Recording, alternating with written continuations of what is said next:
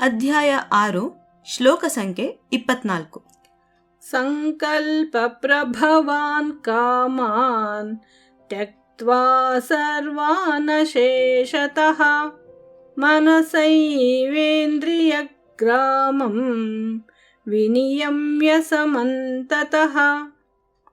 ಸಂಕಲ್ಪ ಪ್ರಭವಾನ್ ಕಾಮಾನ್ ಸಂಕಲ್ಪ ಪ್ರಭವಾನ್ ಕಾಮಾನ್ ತ್ಯಕ್ತ್ವಾ ಸರ್ವಾನ್ ಶೇಷತಃ ತ್ಯಕ್ತ್ವಾ ಸರ್ವಾನ್ ಶೇಷತಃ ಮನಸೈವೇಂದ್ರಿಯಗ್ರಾಮಂ ಮನಸೈವೇಂದ್ರಿಯಗ್ರಾಮಂ ವಿನಿಯಮ್ಯ ಸಮಂತತಃ ವಿನಿಯಮ್ಯ ಸಮಂತತಃ. ಸಂಕಲ್ಪ ಪ್ರಭವಾನ್ ಕಾಮಾನ್ ತ್ಯಕ್ತ್ವಾ ಸರ್ವಾನ್ ಶೇಷತಃ ಸಂಕಲ್ಪ ಪ್ರಭವಾನ್ ಕಾಮಾನ್ ತ್ಯಕ್ತ್ವಾ ಸರ್ವಾನ್ ಶೇಷತಃ ಮನಸೈವೇಂದ್ರಿಯಗ್ರಾಮಂ ವಿನಿಯಮ್ಯ ಸಮಂತತಃ ಮನಸೈವೇಂದ್ರಿಯಗ್ರಾಮಂ ವಿನಿಯಮ್ಯ ಸಮಂತತಃ.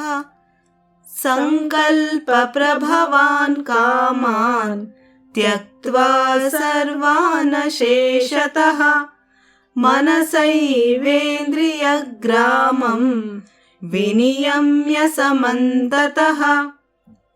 ಶ್ಲೋಕಾರ್ಥ. ಸಂಕಲ್ಪದಿಂದ ಉದ್ಭವವಾದ ಎಲ್ಲಾ ಕಾಮನೆಗಳನ್ನು ಸಂಪೂರ್ಣವಾಗಿ ತ್ಯಜಿಸಿ ಇಂದ್ರಿಯಗಳನ್ನು ಮನಸ್ಸಿನ ಮೂಲಕ ಹತೋಟಿಯಲ್ಲಿಟ್ಟುಕೊಳ್ಳಬೇಕು.